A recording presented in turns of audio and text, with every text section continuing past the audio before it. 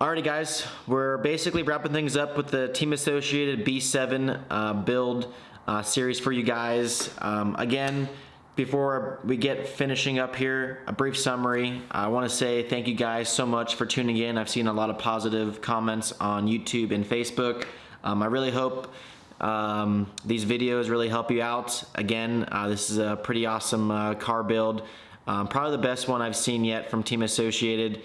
And I'm super excited to wrap things up for you guys. Hope to see you guys in the next couple weeks. Going to be traveling to Trackside Hobbies for the J Concepts INS series starter. And yeah, thanks again. Hopefully you guys enjoy, and let's get right into it. All right, up next, basically wrapping things up, doing the shocks. First things first, get all your shock stuff all laid out in front of you. I like to put my O-rings on a plastic bag or one of the bags you ripped up. And first things first, I always like to put a little bit of shock oil on them to let them soak as I'm building the shocks. Good to go there. Also, I wanted to talk about the pistons. The kit comes with 1/8 and 1/9 pistons. I went ahead and already drilled the 1.9 rear pistons to a 2mm drill bit. Basically what I do is just mark the holes with a black magic marker, just so I know that, hey, these have been adjusted. And I like to do a little marking on them just so I can kind of memorize what they are. I basically drill them like this, both sides, and kind of repeat the same process. So I like to put it on a surface to make sure I'm drilling them straight. The fronts we're not going to touch, and let's kind of get right into it. So basically I'm going to build up one shock just to show you the process that I'm using, and then I'm going to speed up the video just so it saves time on your end and my end, and then we can kind of get things rolling. So I have a front shock here. I'm going to put the T-hat spacer. I don't even know if you can see that. The T-hat, so this narrower part will go in first, facing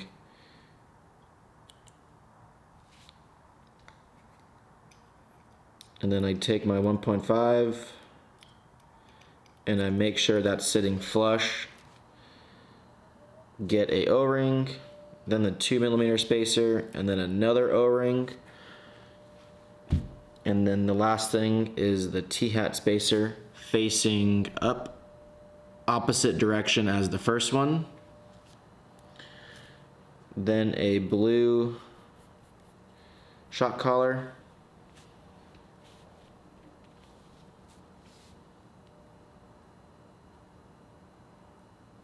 O-ring on the shock collar. Get a little bit of shock oil from the bag, and then screw that up.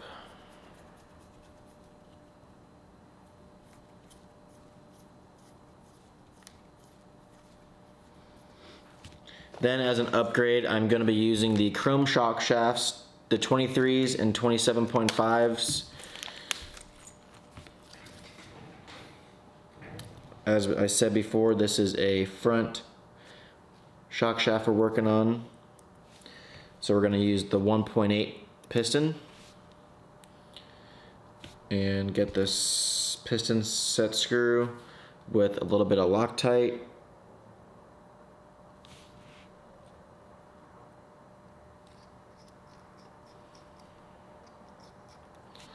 Tighten that up.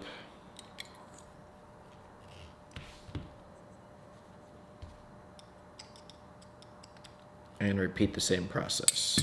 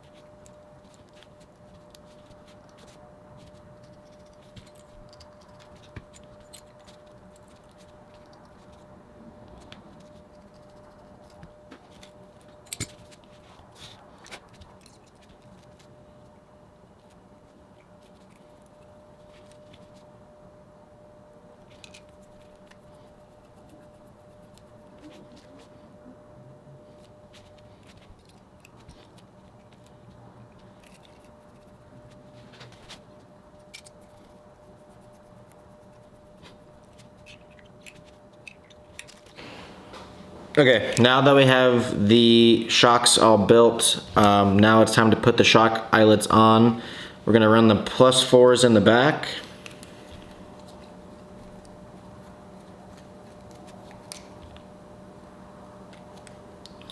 And the +2s in the front. I'm gonna confirm on a setup sheet.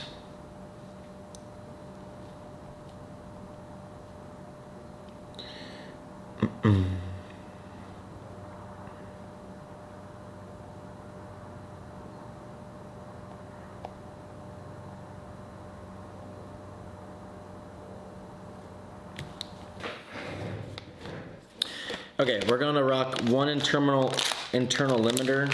I'm using the J Concepts shock limiters. The kit comes with limiters, but I like using these. I think they're a little bit bigger diameter. So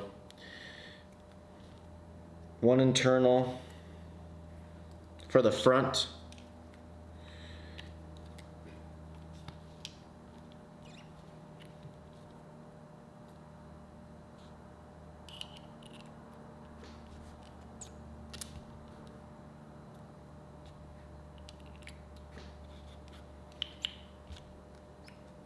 And then the front droop is a +2 eyelet,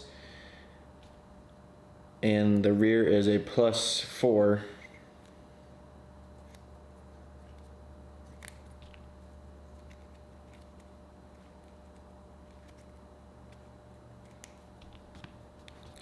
So the front is using the +2 eyelet, 22 millimeter front stroke.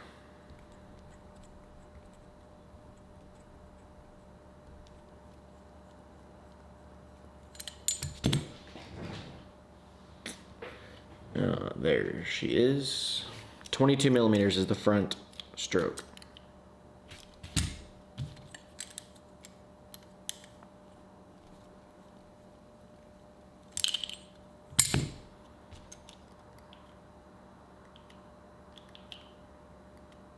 Perfect. Cut the flashing off, pop the ball on, and then we're gonna do one rear shock, and then we're gonna fast forward. Rear is no internal limiters, no external limiters. +4 rear eyelet with 28 millimeter exposed shaft.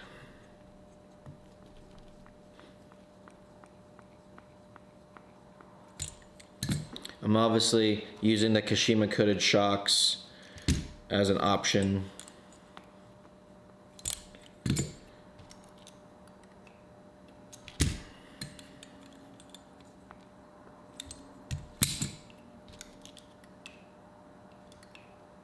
And just like that, 28 millimeters on the dot.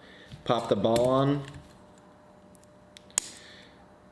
And we're gonna speed up the process.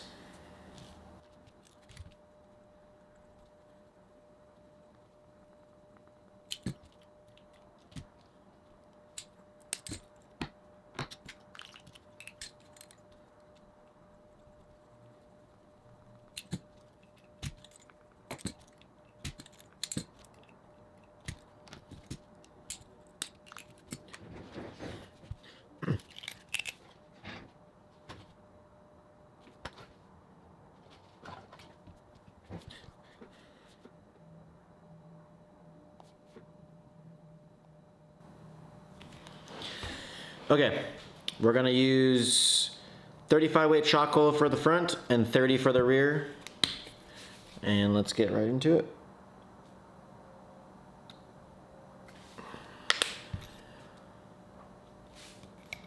A little pump on the shocks.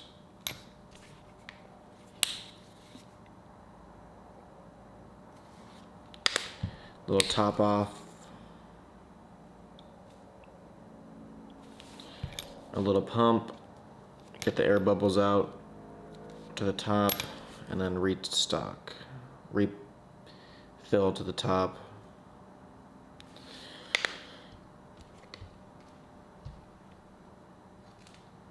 Get your screws.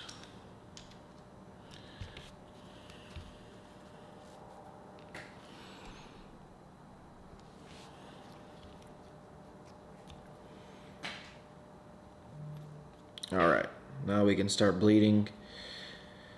Putting the shock cap on tight. Put the shock bottom on as so. And then bleed slowly.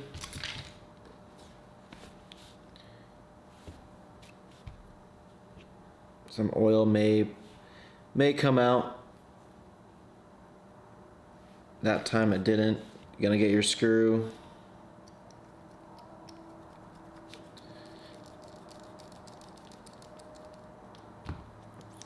Pump it 3 or 4 times or 10 times. Put the shock all the way down, hold it, take the screw out, and then bleed one more time. And then some oil could come out. If it doesn't, that's not a big deal. If it does, that means you did your job. Tighten the screw back, pump it one more time, put it to a side, and then repeat the same process. And then we're gonna fast forward here.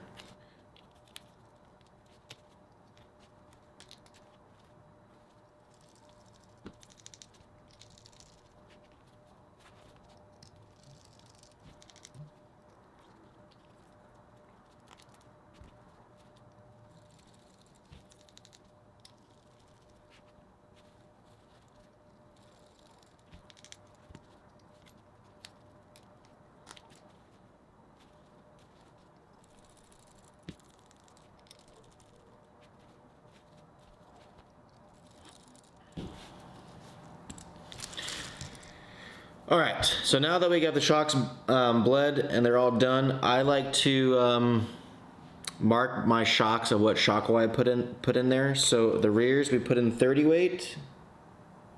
I use a fine point Sharpie. The front we put in 35.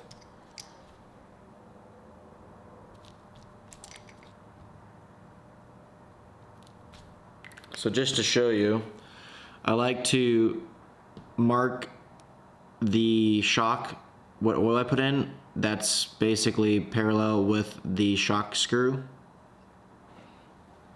That way, I mean, I race so many cars that you just forget what shock oil is in what. So having the magic marker on there is a good little reminder. So now we're gonna put the springs on, rocking the 0 offset spring cups for the rear. And then for the fronts, we're using the 5 cup offset with the gray front spring, white rear spring.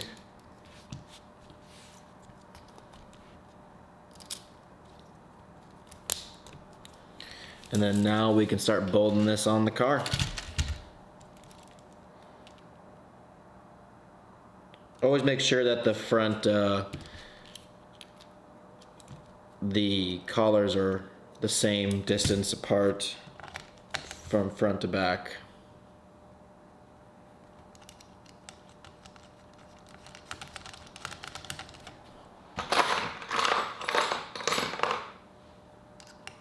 Get your nut driver.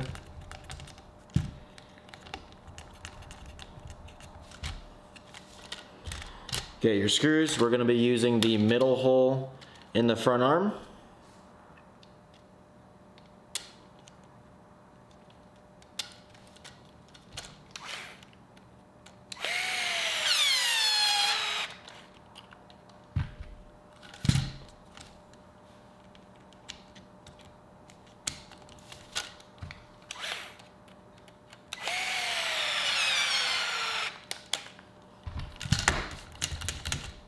Front is done.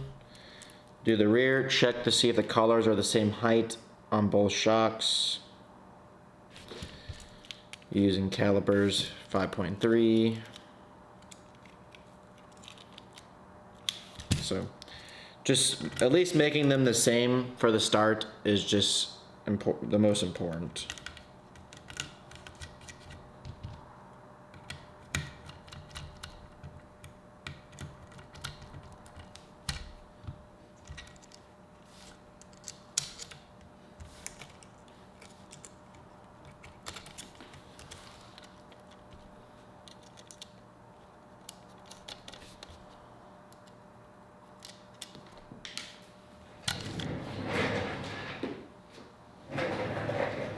and drop my nuts.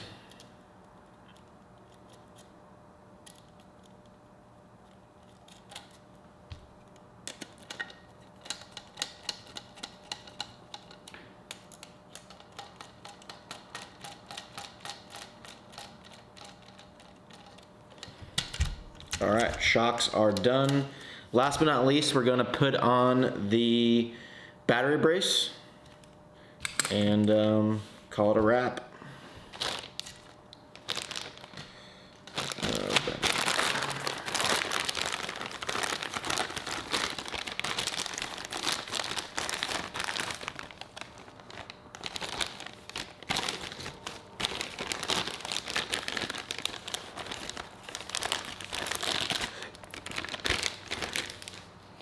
Okay, so now that we have the battery braces,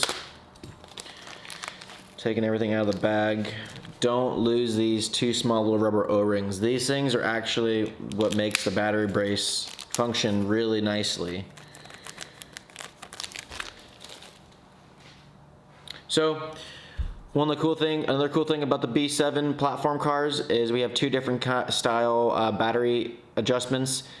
This normal ones don't have any sort of marketing on it, and then we have half hole adjustments for the really fine tuners out there. I'm just going to be using the standard battery adjustments. I take off these wire clippers, clamps. Another piece to the puzzle about all this is you have the option to run the low CG batteries or the bigger milliamp batteries. So we have taller post and shorter post, kind of making it easy for switching out the batteries and making it convenient. So putting the nut in the bottom of the brace.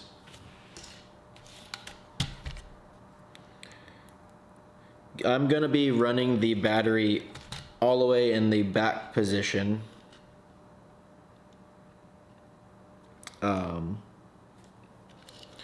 So to speak. So you can line up the holes with the chassis side rail and making that super dialed in.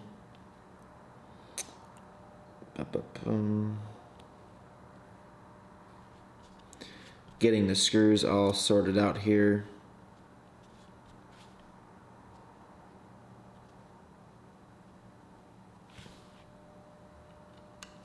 So actually I'm going to end up running my battery one step forward from all the way back. That's how we ran it at Hoosier. So I'll bring the car closer to show you.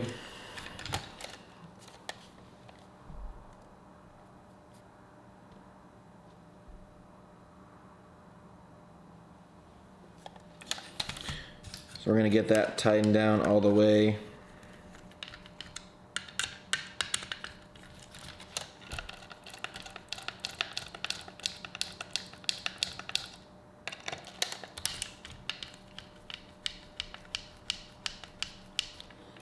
And then since I'm running the low CG battery, I am going to be using these short battery holders. And what that means is I'm going to not be using the super long screw. So you're going to put the screw in, and then on the very bottom of this piece, you're going to put that O-ring over the screw. So when you tighten and loosen it, it has some sort of friction to swing the battery over.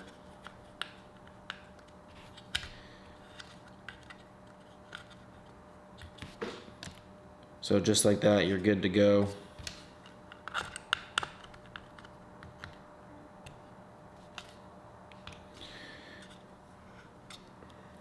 And you're dialed in. Repeat the same side.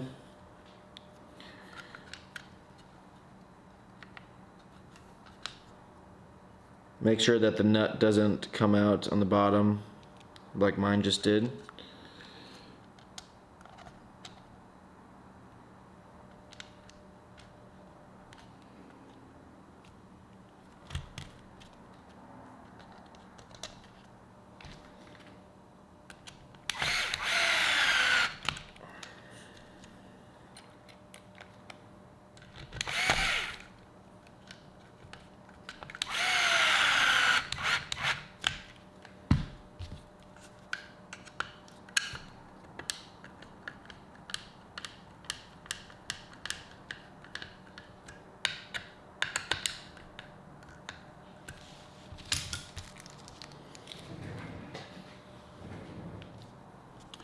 Short brace, O-ring,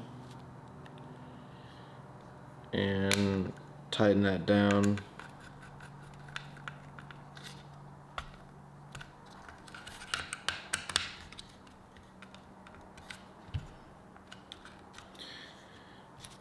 And like that, you're good to go. Putting the wheel nuts on.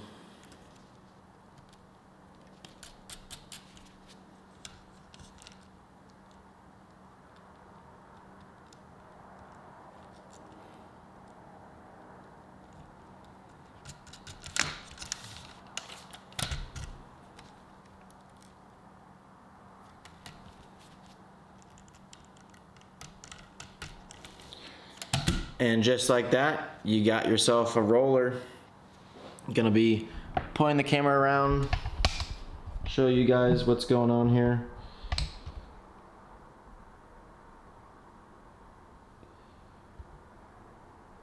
All finished up.